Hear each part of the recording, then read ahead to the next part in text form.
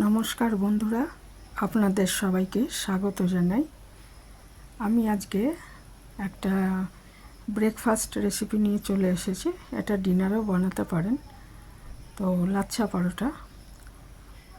লাচ্ছা পরোটা সাধারণত ইয়েতেই ময়দাতে করা হয়, তবে আমি এটা হেলদি বানানোর জন্য আটাতে করেছি।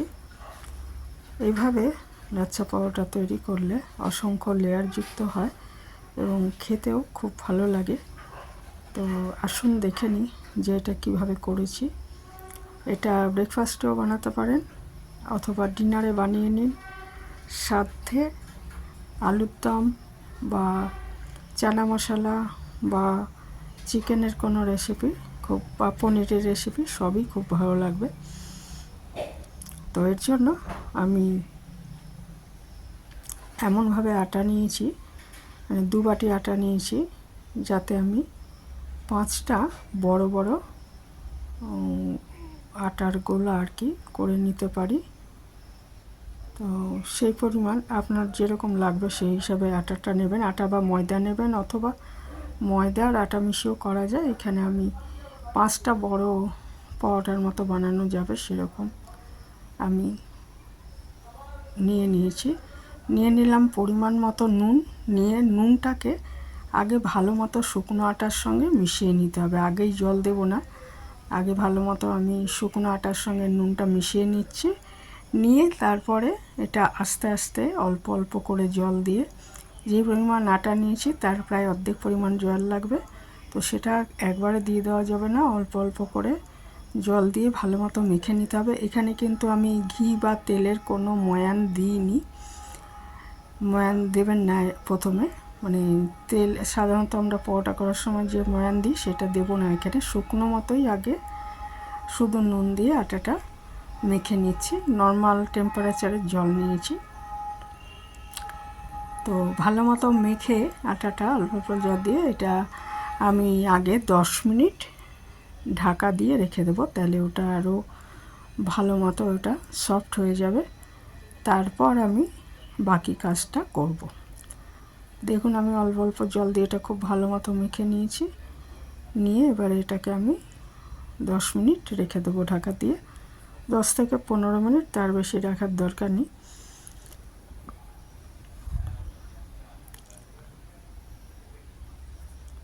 এখানে আমি ঢাকা দিয়ে রেখে দিলাম।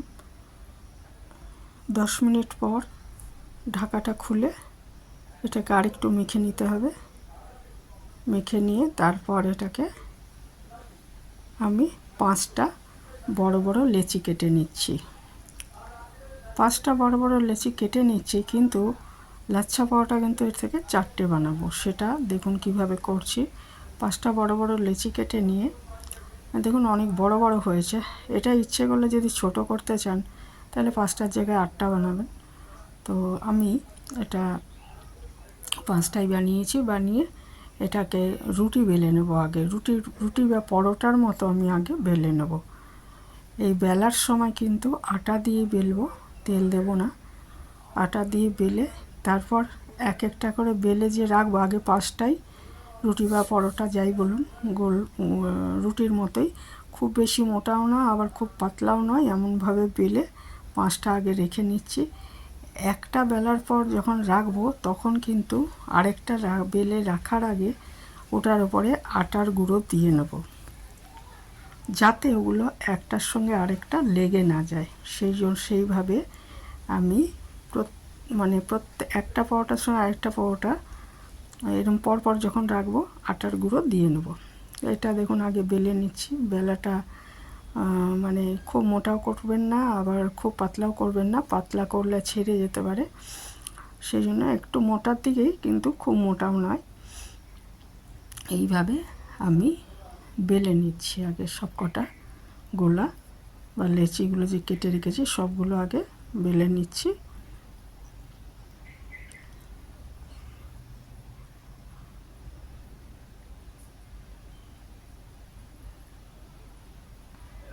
তা এটা বেলা হয়ে গেলে আমি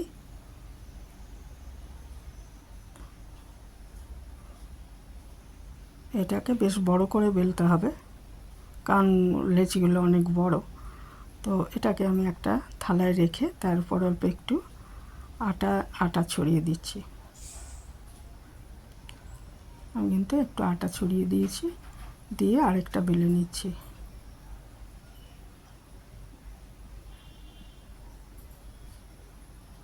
দেখুন ওপরে আটা ছড়িয়ে দিয়েছি। এই কাজটা সাবধানে করতে হবে, কারণ পরপর না হলে লেগে গেলে কিন্তু লেয়ারগুলো ভালো মতো হবে না। তো তারপরে আবার একইভাবে আরেকটা বেলে নিয়ে, বেলার সময় আটাই ব্যবহার করবেন, এখন তেল ব্যবহার করবেন না। তেল আমরা ব্যবহার করব কিন্তু একটু পরে। তো আমি বেলে নিচ্ছি। যে বন্ধুরা এতক্ষণ পর্যন্ত দেখলেন, যে অনেকে আছেন যে কমেন্ট করেন কিন্তু লাইক দেন না, তো একটা লাইক দেওয়ার জন্য অনুরোধ করব, কারণ আপনাদের লাইক কিন্তু আমার এই ভিডিওটাকে আরও বেশি লোকের কাছে পৌঁছাবে। তো সেই জন্য একটা লাইক দেওয়ার অনুরোধ রইল। আর যদি সম্ভব হয় হাইপ করে দেবেন। হাইপ অপশানটা যাদের মনিটাইজেশন অন হয় তারপরে এটা দেওয়া হয় ইউটিউব থেকে। আর ছোট ক্রিয়েটারদের জন্য এই হাইপটা খুবই গুরুত্বপূর্ণ, কারণ এটা আপনাকে আরও লোকের কাছে পৌঁছাতে সাহায্য করে। তা যদি খুব অসুবিধা না থাকে তাহলে একটা হাইপ করে দেবেন। আর যেসব ইউটিউবার বন্ধুরা দেখেন আমার ভিডিও, তাদেরও হাইপ দেওয়ার একটা বাধ্যবাধকতা থাকে। সপ্তাহে বোধহয় সপ্তাহে মনে হচ্ছে 3 জনের বেশি ভিডিও, মানে 3 বারের বেশি আপনি হাইপ করতে পারবেন না। কাজেই আপনি যাকে ইচ্ছা করে দিলেন সেটাও হয় না, সেটা বুঝি। সেই জন্য অনেকে দিতে পারেন না হাইপ। তো যাই হোক, যদি সম্ভব হয় তাহলে রবিস কিচেন এবং শিবাদ্রিজার কল্পকথা, এই দুটো চ্যানেলকে আমার অসংখ্য ধন্যবাদ। ওরা আমাকে হাইপ দিয়ে আমার চ্যানেলটাকে আরও এগিয়ে যেতে সাহায্য করেছেন। তো আমি অনেককেই দিয়েছি, আমি যখনই পারি দিই। তো 3 জনের বেশি জনকে তো দেওয়া যায় না সপ্তাহে, তা সেটা আমি কৃপণতা করি না, দিয়ে দিই। কিন্তু অনেকেই আছেন দেন না। এটা দিতে এত আপনার কোনো অসুবিধা নেই। আপনার যদি ভিডিওটা ভালো লাগে তাহলে দিতেই পারেন। তো এই ছিল আর কি একটা রিকোয়েস্ট বন্ধুদের কাছে। দেখুন আমি 5টাই বেলে নিয়েছি, আর একটার সঙ্গে একটা লেগে যায়নি, কারণ মাঝে আমি আটা দিয়ে রেখেছি। তারপর এটা আমি একটা বড় থালায় নিয়ে নিলাম। দেখুন একটা করে আমি নিয়ে ওপরে এইবারে আমি সাদা তেল ভালো করে লাগিয়ে দেব, দিয়ে এর ওপরে একটু আটা ছড়িয়ে দেবো। আটাটা ছড়ানোর কারণটা হচ্ছে ওইটাই, যে যাতে মানে দুটো একসঙ্গে চেপে না যায়, তাহলে লেয়ারগুলো ভালো মতো হবে না। তো ভালো করে কিন্তু তেলটা পুরো রুটিটার মধ্যে মাখিয়ে দিতে হবে। তারপরে একটু আটা ছড়িয়ে দিয়ে আরেকটা রুটি দিয়ে তারপর আবার একইভাবে সাদা তেল দিয়ে দেবেন। এই কাজগুলো খুবই গুরুত্বপূর্ণ, সেই জন্য আমি একটু ডিটেলসে দেখাতে গিয়ে ভিডিওটা একটু বড় হয়ে গেছে। একটু কষ্ট করে দেখে নেবেন। তো যারা দেখেন আর কি, ফুল ওয়াচ করেন আমার ভিডিও, তাদেরকে বলছি, রিকোয়েস্ট করছি। দেখুন আমি যে ওইদিকে রেখেছিলাম, দেখছেন একটা রুটিও কিন্তু আরেকটার সঙ্গে লেগে যায়নি ওই আটাটা দেওয়ার ফলে। তারপরে আবার এইটা দিয়ে আবার তেলটা লাগিয়ে দিচ্ছি, দিয়ে এর ওপরে আবার আমি আটা ছড়িয়ে দিচ্ছি। আটা ছড়ানোর কাজটা মানে সব পুরোটাই আর কি অল্প অল্প আটা ছড়িয়ে দেবেন, দিয়ে আবার একটা রুটি এর ওপর দিয়ে একইভাবে এগুলোকে করে নিতে হবে। তারপরে এইভাবে 5টা রুটি যখন এইভাবে করে নেবেন কাজটা, তারপরে আরও কাজ আছে।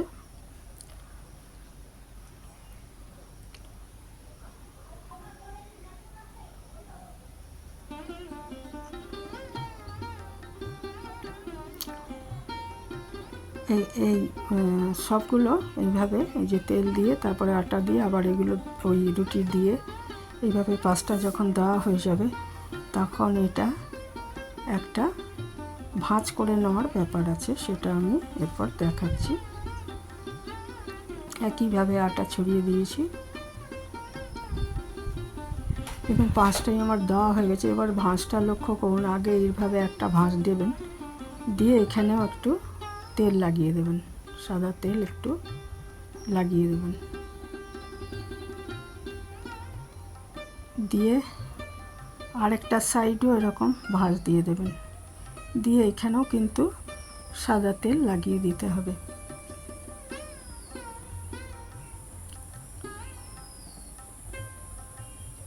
ইচ্ছে করলে এখানে একটু আটা ছড়াতে পারেন। তারপরে আবার একটা এই দিকটা দেখুন কিভাবে ভাঁজটা দিচ্ছি, দিয়ে অপোজিট দিকটাও আবার ভাঁজ দিয়ে দিতে হবে। এইভাবে একটা চৌকো মতো শেপটা হয়ে গেল।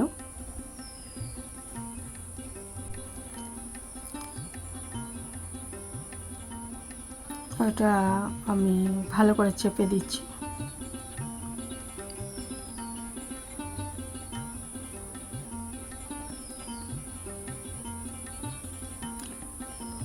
দিয়ে এই যে আমার চৌকো পুরো ভাঁজ করা ব্যাপারটা আমার হয়ে গেল। এরপর এটাকে আমি বেলে নেব। তেল দেওয়ার দরকার নেই, এমনি দেখবেন বেলা হয়ে যাচ্ছে। যদি অসুবিধা হয় তেল বা একটু আটা দিয়ে এটা বেলে নিতে হবে। একটু মানে অনেকটা বড় করেই বেলে নিতে হবে, নাহলে খুব মোটা হয়ে যাবে। দুটো সাইড এরকম হয়ে ভালো মতো বেলে নিয়ে এটাকে দুটো সাইডই বেলবেন। এ দেখুন অনেক বড় করে আমি বেলে নিয়েছি চারদিকটা, এরকম চৌকা মতো এই ভাবটা থাকবে। এটা আমি একটা থালায় নিয়ে নিলাম সুবিধার জন্য।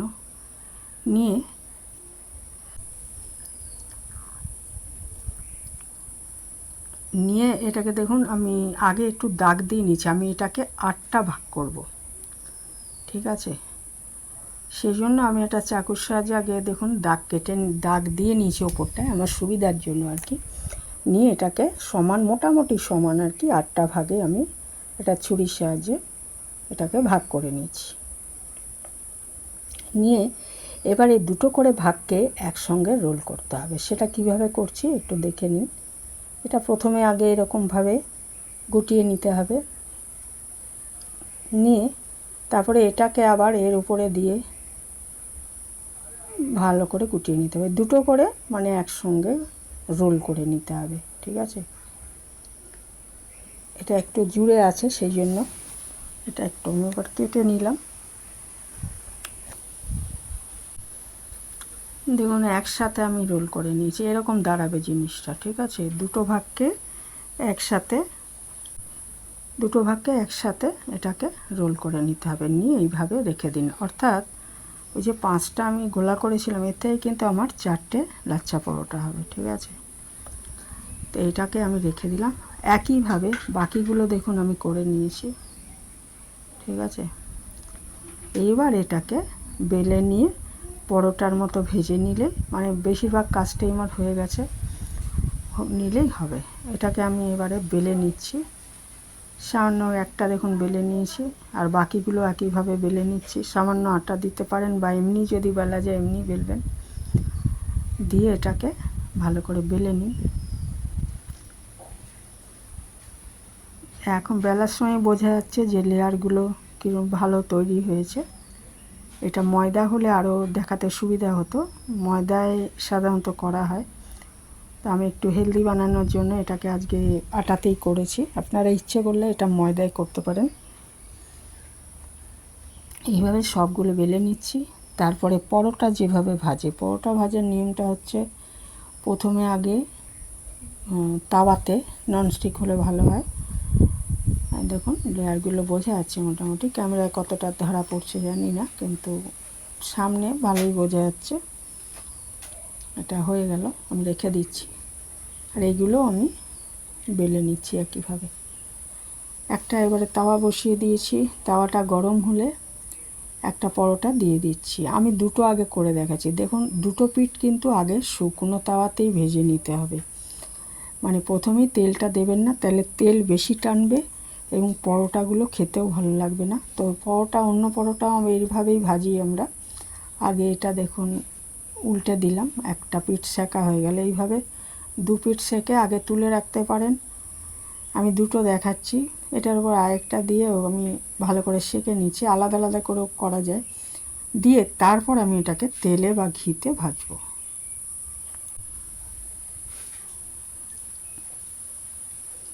আমি কিন্তু শুকনোই ভাজছি।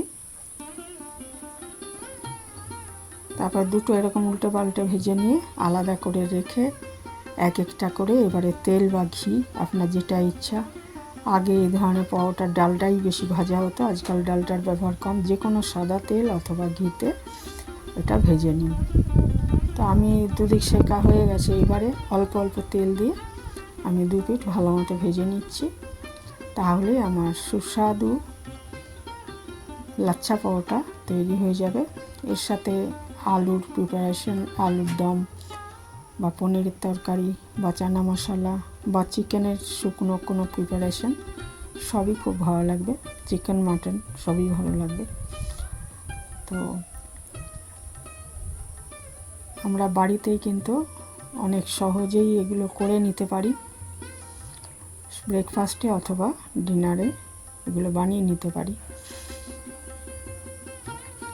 তো এই ছিল আমার আজকে রেসিপি।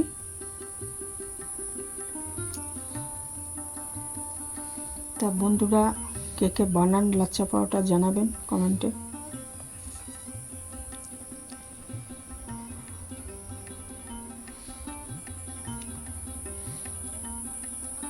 এইভাবে আমি সব পরোটাগুলো ভেজে নিচ্ছি।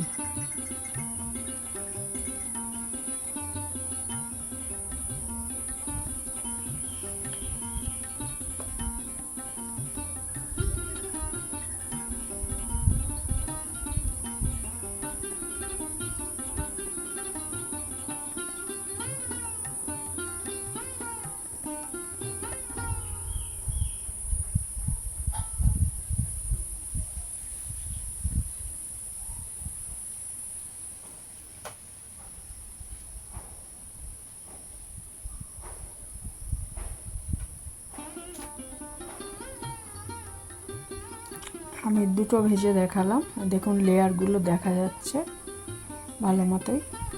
এটা একটু চাপ দিলেই এই লেয়ারগুলো আলাদা হয়ে যাবে। আমি আর চাপ দিয়ে দেখালাম না, দেখলে বুঝতে পারতেন, এমনিও হয়তো বুঝতে পারছেন যে এটা কি সুন্দর লেয়ারগুলো হয়েছে। এখানে শেষ করলাম। ভালো থাকবেন সবাই।